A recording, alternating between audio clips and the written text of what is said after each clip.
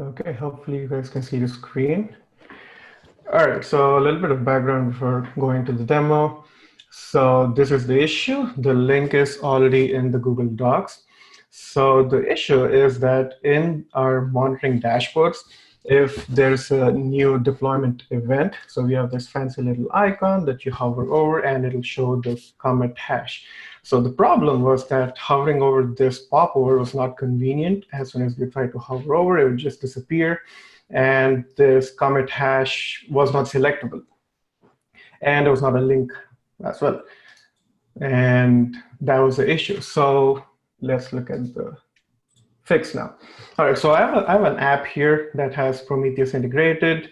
And earlier this morning, I did a deployment, and you see this deployment icon. So now, if you hover over the deployment icon, you have this popover, and it's easy to go on top of this popover. You can also select the hash, and the hash is a link now. So you click on it, it'll take you to the commit. And yep, that's pretty much it. Short and sweet. Over to Peter. First, sorry, does anybody have any questions? Josh, Oh, yeah. That's awesome. That's really cool. Do we plan on shipping that in 12.1? Yeah, it's already merged. It got merged in yesterday. Amazing. Awesome. Awesome. All right, then over to Peter if there are no questions. Okay, thank you. I go ahead and start sharing my screen.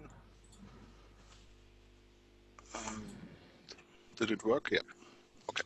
So last week or this week, I was doing some end-to-end testing for the monitor feature. The simplest one I could imagine was to make sure that we see a cluster health graph after installing Kubernetes and Prometheus.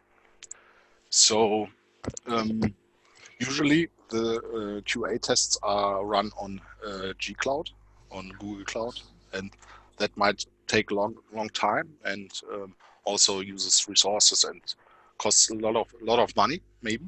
So in order to test it locally, I additionally to this MR, to this task, I also went ahead and implemented another cluster provider, in that case minikube. And but I really wanted to demo this, and in order to use minikube locally, it also takes a lot of time. It's cheaper than Google for sure, but it's also takes a lot of time. So this morning I implemented the provider K3D. So it's like Kubernetes in Docker and lightweight Kubernetes in Docker. So I tried to run this integration end-to-end test locally and using a browser. So usually the QA test is run headless, so you cannot see it and you just see the error message, if any. Otherwise you don't see anything, which makes sense on a CI system, I guess. But in order to test it locally, you can set an environment variable called Chrome headless equals no and run the tests.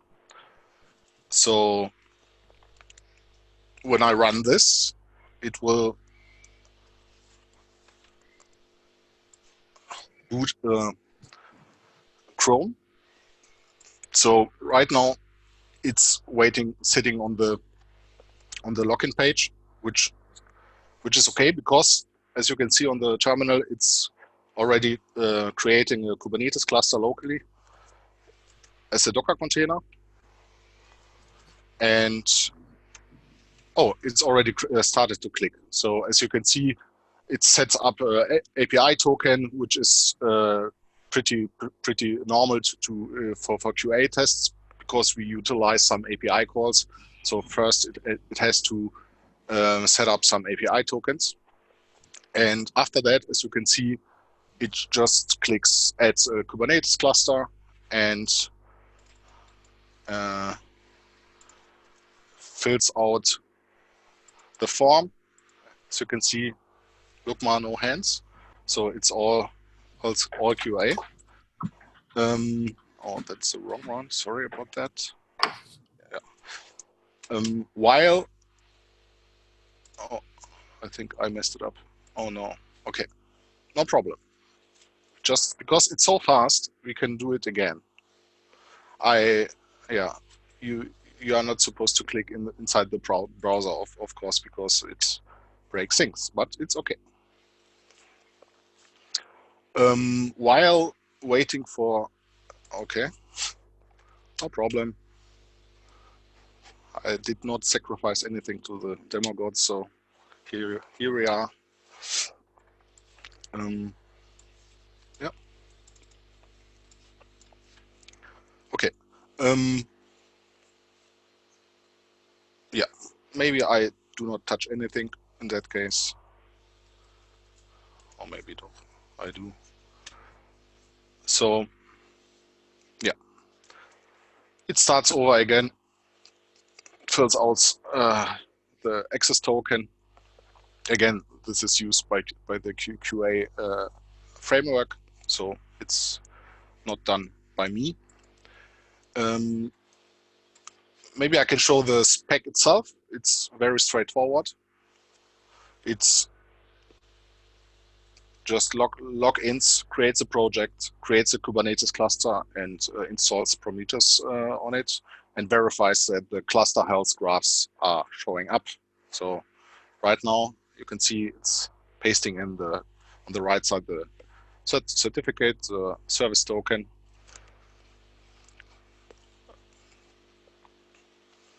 Yeah, I think because I have zoom on, it will be a little bit slower than I have tested because of resources, right? So this is just in the like GitLab CE repo? Yes. So the merge request is currently work in progress because the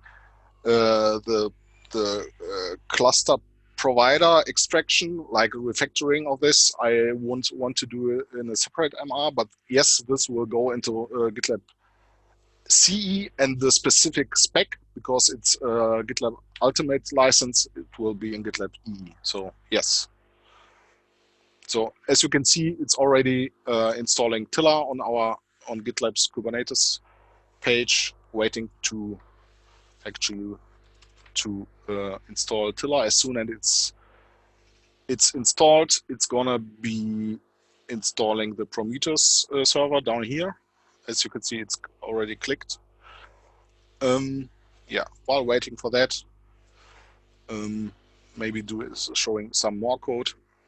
So the refactoring I've done is just extracting some code from very G-Cloud specific code into an own provider. It's still called cloud provider, but this is not accurate. It should be called, I think, cluster provider. And as you can see, I've already implemented minikube, and this morning kubed, I call it, because K3D is like a. So yeah, the provider itself is quite easy. You have, in order to run it, you have to have kubed installed, the tool. This one utilizes K3S, which is like a lightweight version of Kubernetes. And while talking, Prometheus is still installing. As I said, and you can see actually the load on my machine, which is 6, and 6 is not good. Maybe I go ahead and stop. Maybe it's better without the video. And yeah, it's initializing. So it's already reloading. So after we've installed Prometheus, we have to reload the page. So that's the way it goes. So this cluster health graph does not show up after install Prometheus, because Prometheus needs some time to boot and to scrape data from, in that case, from the cluster itself. As you can see, Prometheus we have 2 instances of them. One is already running. We are waiting for the second one to boot. As soon as it's booted, we will be collecting some data. Prometheus will be collecting some data. And at some point, the cluster health will be showing up and that's the end of the specs. So the browser will close suddenly and reports, here we are, and it's done. And as you can see, the spec passed. It took 4 minutes, which is very long, obviously. But for G-Cloud, it took 8 minutes. Minicloud is like 7 minutes maybe as well. So it's still long, but it's like half as long as the other solutions, and yeah, more responsive in order if you want to develop some specs on your machine. Yeah, so that's it. Thanks. Any questions?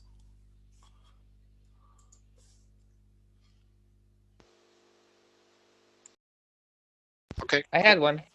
Yes. I just wanted to ask, after this gets merged, we're gonna pursue some other paths, because this is like a happy path you mentioned. We definitely could. So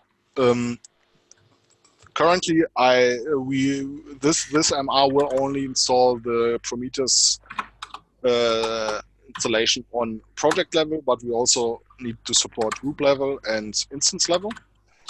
And so these would be obviously also happy pass tests. I'm not sure if we are supposed to do like error pass in QA, but I need to look it up. But usually you do the happy pass thing first, I guess. So not sure about that. Okay, thank you. Sounds fun. That sounds good. Yeah.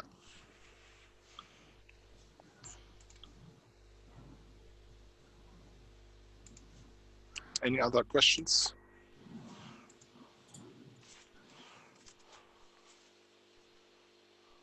Okay. Awesome. Thanks, guys. We have a little bit more time if somebody wanted to do an ad hoc demo. Otherwise, I think it's totally fine that we end early because it's not meant to take a ton of time. The purpose of this is to share between teams and to celebrate what we're building a couple times a month. If anyone is interested, I can give a super high-level overview of the GitLab flavored Markdown pipeline. Yes. Yeah. Yeah. Okay. Yeah. Let's do it. I have to open sharing things. Okay, so there are a couple of stages to GFM, and my knowledge is not super robust, but I'll see what I can come up with. Basically, anything you see in the code base with like under the Bonsai module is all for the GFM pipeline. You basically give it Markdown content, it does a bunch of transformations, goes through a bunch of filter steps, caches the result, and then when like the content is needed like to be rendered on the front end, it'll do a post-processing set of steps where it redacts like content the user shouldn't be able to see. And then it gets sent off to the front end. The front end does some more transformations for anything that needs JavaScript. So that comes into play when we talk about embedding metrics, which is the issue that both Tristan and I have been working on. And then there's another step of if you want to ever export an issue or GitLab flavored Markdown or like copy that text, there's a like rendered HTML to GFM like process as well. So on the back end, all of this is under Bonsai. And if you want to look at what all of the filters are, they're all listed under this Bonsai pipeline, GFM pipeline class. So like this math filter ends up formatting math that's in like 3 backtick quote blocks into pretty math, where it's italicized and beautiful. Mermaid is the flowcharts functionality. So as we look at doing embeds for like incident management, all of the like filtering we'll end up doing will get inserted in here. The other part of this is the post-process pipeline, which is very equivalent. And here are these like post-processing steps. So like this redactor filter is the one that goes through and removes links to references a user shouldn't be able to access. I guess that's sort of the high-level overview. On the front end, there's, I don't know, Tristan, do you remember what the file's called that does this?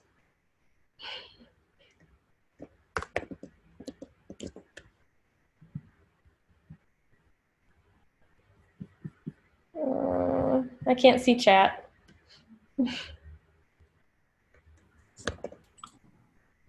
Render underscore gfm.js. Yep, that's the one. Okay, cool. So this is like where the front end takes over like any extra transformations that need to happen.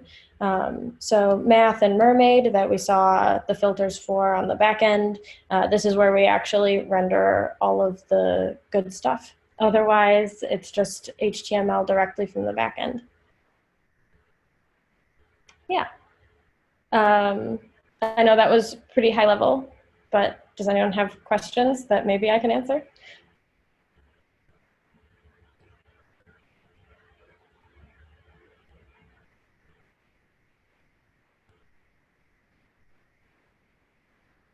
Okay.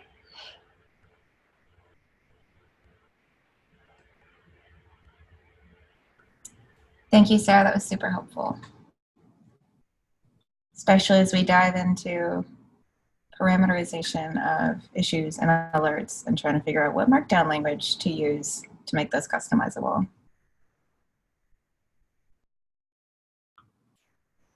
All right, guys, I think we're going to wrap up unless we have any other takers for demo hour. I'm going to link the recording of this demo in that doc, and then we'll see you guys. We'll see you for our weekly meetings, but we'll be back in 2 weeks to keep going. Have a wonderful day.